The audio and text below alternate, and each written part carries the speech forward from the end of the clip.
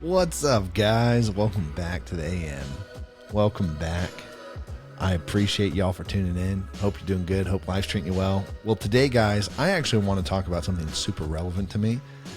How a decision is not an emotion, and a decision is really a choice that oftentimes has to be made without having an emotion to back it up, and then you have follow through with action.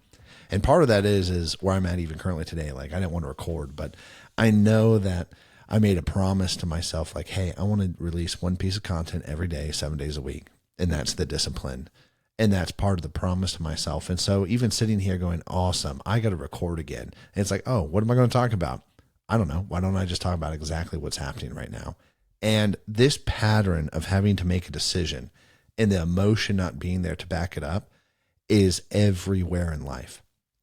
This is how, if you want to start waking up early, this is how you get out of bed early, because you are going to be tired and you're going to have all the wrong emotions. And I think it's interesting because growing up is very easy to disguise desire with a decision and mix those up. And desire is the emotion, right? Desire, I want something and this is what I want. And it's that emotional side of that, but that's not a decision. And most people wait for the desire to come and then the action to take place. And that's not how it works, because the desire actually follows your decision.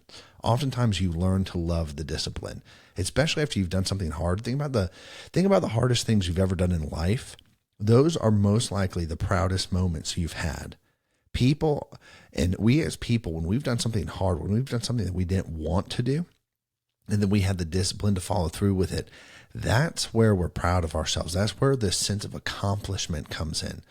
And it's interesting because that goes hand in hand with a decision not being emotional and an action not being emotional. And so oftentimes when you're beginning something new, when you're beginning to break out of a cycle and you're beginning to move forward and improve in an area, there is no emotional backing for you to do what you're going to do. Like, it doesn't feel great to go from not working out to working out.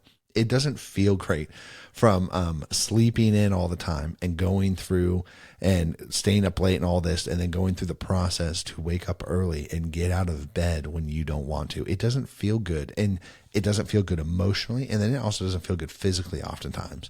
And so your decision, though, and the action and the discipline behind that has to be stronger and has to outweigh that emotional aspect of it.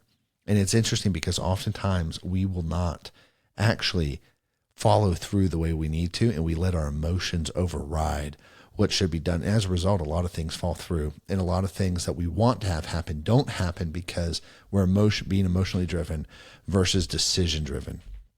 And most of the things in my life that have come about that have produced great things or have been awesome and amazing in life have all come about because of decisions I've made, despite the feelings that are exactly opposite of wanting to do what I need to do and what I should do. And this comes out with processing. So when you're building and creating, there's going to be a lot of things you want to do that you need to say no to.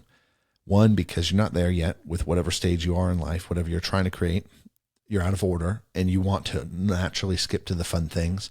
For instance, I had one of my piano teachers, he was like, hey, you don't practice, you play. I was like, what do you mean? He's like, oh, you play all the music that you already know and it's fun for you. And that's not what practice is. Practice is learning new skill sets for how to play better. And if you got to learn new skill sets, it doesn't mean that you play and have fun. And it's like, oh, that's great. And that's how it is oftentimes with building, is you have to go through those moments of, I have to delay what I want to do, what I find fun. Now, if you're in a place in life to where you can delegate most of the things you don't like to do out, great. But if you're not, then you've got to do the things that you don't want to do. And life oftentimes is made up more of what you don't want to do than what you do want to do. And it's interesting to find that there's an inverse balance to a lot of that.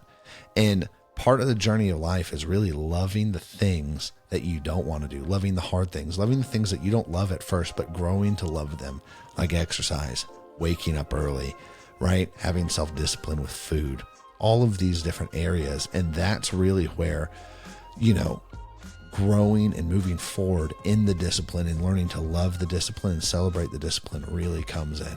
So anyways, guys, that's it for today. I'll catch you later. Peace.